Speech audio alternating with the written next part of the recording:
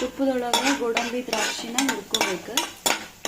1 cup ರವೆ, 1 cup ಅಷ್ಟು ಚಿರೋಟಿ ರವೆ, ಸಣ್ಣದು ಬಾಂಬೆ ರವೆ.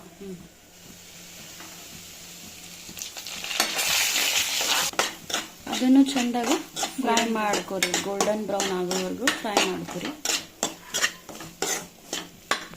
ಸ್ಮೆಲ್ಗೆ 1-2 ಲವಂಗ ಹಾಕಿ.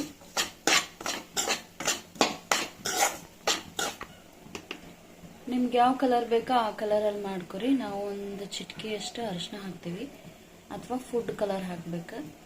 ಫುಡ್ ಕಲರ್ ಅಷ್ಟು ಹೆಲ್ತಿಗೆ ಒಳ್ಳೇದಲ್ಲ ಅಂಥೇಳಿ ನಾವು ಒಂದು ಚಿಟಿಕೆ ಅರಿಶಿನ ಹಾಕಾಕತ್ತೀವಿ. ಕಲರ್ ಈ ರೀತಿ ಚೇಂಜ್ ಆಗೋದಂತ ಫ್ರೈ ಮಾಡ್ಕೊರಿ. ಗೋಲ್ಡನ್ ಬ್ರೌನ್ ಆದಮೇಲೆ 1 ಕಪ್ ಅಷ್ಟು ಪೈನಾಪಲ್ ಹಣ್ಣು ಅದಕ್ಕೆ ಮಿಕ್ಸ್ ಮಾಡ್ಕೊರಿ.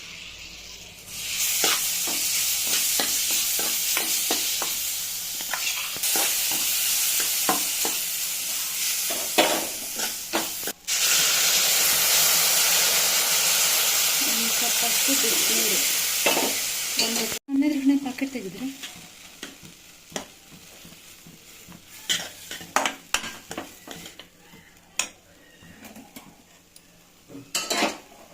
ಹಾಕಿ ಕೊಡೋದಳ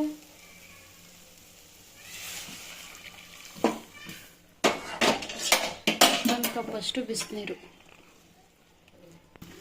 ಎಲ್ಲ ನೀರು ಚೆಂದಾಗ ಮಿಕ್ಸ್ ಆಗೋವರೆಗೂ ಕಲಿಸ್ಕೊರಿ. ಅದೇ ಕ್ವಾಂಟಿಟಿ ಅಷ್ಟು 1 ಕಪ್ ನಿಮ್ಗೆ ಎಷ್ಟು ಬೇಕೋ ಅಷ್ಟು ರುಚಿಗೆ. ನೀವು ಹೋಗ್ಪ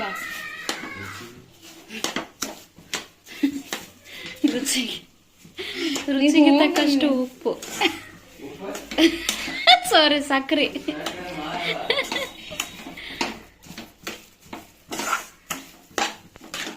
ಚೆನ್ನಾಗ ಮಿಕ್ಸ್ ಮಾಡ್ಕೊರಿ.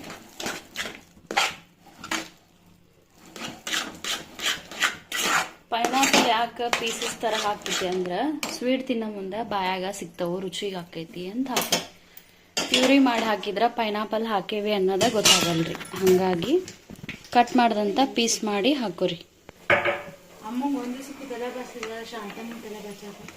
ಯಾರು ಮ್ಯಾಲ ಒಂದು ಸ್ವಲ್ಪ ಏಲಕ್ಕಿ ಪೌಡರ್ ಹಾಕಿ ಒಂಚೂರು ಬಿಡಿಸ್ರಿ, ಮತ್ತೆ ಕೈ ಆಡ್ರಿ.